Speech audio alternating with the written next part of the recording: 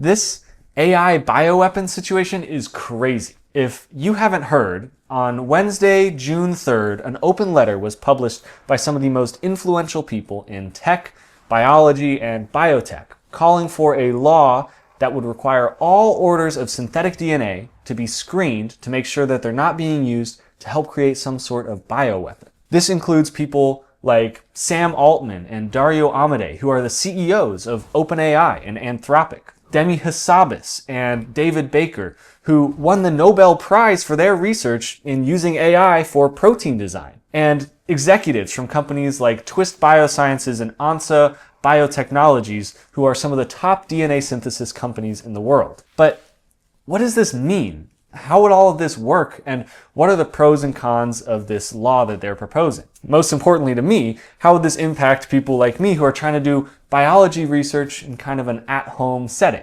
First, let's look at what the letter actually says. I'm not going to read the whole thing, and if you want to, I'll link it down below. But basically, they say that because AI models are getting so smart, so fast, they can now actually outperform PhD level scientists on technical questions in their own area of expertise. When it comes to creating a biological threat, this means that AI can now answer questions about specific protocols to follow with a high degree of accuracy, which really lowers the barrier of entry if someone wanted to do something crazy. To mitigate these risks, the letter calls for a law that would require every DNA synthesis company in America to screen both the orders that they get and the people who are creating the orders to make sure that the DNA couldn't be used to produce some sort of pathogen or dangerous bioweapon. Their reasoning for this is because of that lowered barrier to entry. In the past, making these kinds of biological threats required a high level of laboratory experience and knowledge that was kind of a bottleneck to doing this. You couldn't really make a serious biological threat if you didn't know what you were doing. But now, because of how good these AIs are getting, they are saying that it might be able to help someone who is just totally unhinged or unqualified or just outright crazy be able to make something really dangerous. That seems like a pretty strong argument to me, and it sounds really reasonable. But I've actually surprisingly seen some mixed reactions from people online about this, especially from people who I know who are actually working in the biotech industry or have some inside knowledge about how this might affect them personally. So I'm going to go over the kind of pros and cons that I've seen talked about online and give my 2 cents as well. Like I've said, the arguments for are really convincing and pretty straightforward. I've seen a good analogy comparing this to kind of how we handle mail and packages here in the United States.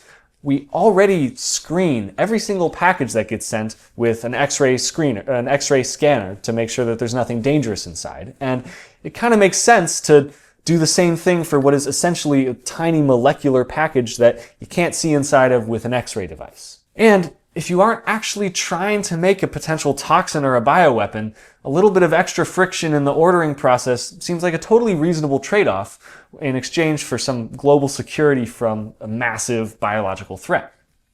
After all, someone making a strain of like super Ebola AIDS would be really, really bad. And the people endorsing this letter aren't just tech oligarchs like Sam Altman. I mentioned David Baker before, but if you don't know who he is, he's basically one of the most well-informed people on this planet when it comes to designing custom proteins. He literally helps build the programs to help do it. There's also Kevin Esvelt, who endorsed this letter, and he helped build one of the exact kind of DNA screening programs that could be used for this kind of law. It's called Secure DNA, and it's a totally free program that checks to make sure that DNA sequences don't contain the codes for harmful genes. There are so many other incredibly smart and involved people who signed on to this letter as well. In other words, these are people with deep, intimate knowledge and expertise of these kinds of things, and they know what it would take, probably, to build solutions. But the criticisms that I've seen of this letter, especially from people who work in biotech, startups, or who do biology at home, like I'm doing in this lab behind me, also bring up valid points. Like, implementing regulations costs money, and big companies like Twist Biosciences might be able to absorb that cost, but they might pass the cost on to the consumers. And that could make ordering DNA sequences more expensive, which would hurt someone like me who's doing kind of DIY research on a budget. Or smaller DNA synthesis companies that can't afford to absorb that cost might have a harder time getting off the ground and dealing with these kinds of hurdles. Both of these things would benefit big, rich players and hurt these kind of smaller, more independent projects. Also, it's already hard enough to get research supplies shipped to residential addresses for hobbyists or for home researchers like myself. And if these regulations restrict DNA synthesis only to approved industry companies, it's basically gatekeeping the future of biology or biotech research to these industry companies and potentially shutting down some of this decentralized DIY research. So this could be an example of these big tech companies that have already invested in companies in these spaces that are established, kind of securing their slice of the pie and making it harder for anyone else to get a piece. There's also the argument that these big AI companies are the ones creating this problem in the first place by developing the AIs. Like, we wouldn't have to worry about some random person being able to develop a bioweapon if the tool that helped the random person develop the bioweapon didn't exist in the first place. And yeah, they're trying to implement solutions by proposing this kind of legislation, but these companies are worth trillions and trillions of dollars, while the actual biotech companies that are going to be responsible for enforcing the regulations are worth way less. Twist Biosciences, which is basically the industry leader for synthesizing DNA, is worth just $5 billion. But if the AI companies are the ones creating the problem, maybe they should be helping finance the solutions as well and contributing to implementing them. Maybe they are doing that behind the scenes. I don't know. That's not really clear, but that's just a point that I've seen discussed online. The last counterpoint that I'll bring up in this video is that some people see this kind of open letter as a little bit performative. This is a point that I probably agree with the least, but I've seen people saying that if some bad actor really wanted to develop a bioweapon, they could probably pretty easily get around these kinds of regulations through loopholes. Either because they could synthesize the DNA themselves at home. If they're really dedicating to developing a bioweapon, they would probably be able to do that too. Or they could just order lots of different small pieces of genes and then stick them together at home to create the actual dangerous product. Or they wouldn't even need synthetic DNA in the first place. Bioweapon attacks like this are incredibly rare. The only 2 documented cases in the United States were when a cult in Oregon contaminated a bunch of salad bars with salmonella and infected like 750 people. Or after 9/11, there was a series of anthrax attacks that actually killed 5 people.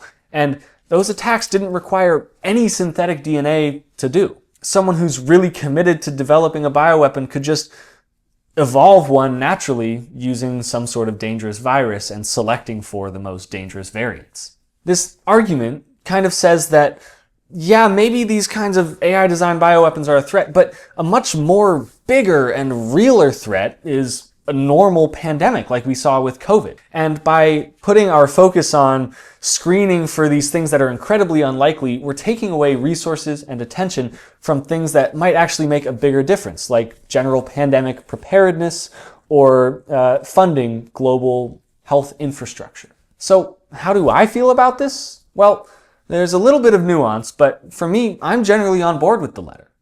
The only thing for me is that if I want to do some sort of cool genetic engineering experiments here in my garage or design a custom protein to use with my research with sustainable biomaterials, then I don't want to worry about being denied or shut down just because I'm doing my research in my garage. If this legislation results in people who are doing important and useful research having their orders denied or their access to these kinds of incredibly useful tools of ordering synthetic DNA restricted, then I think it's a horrible idea.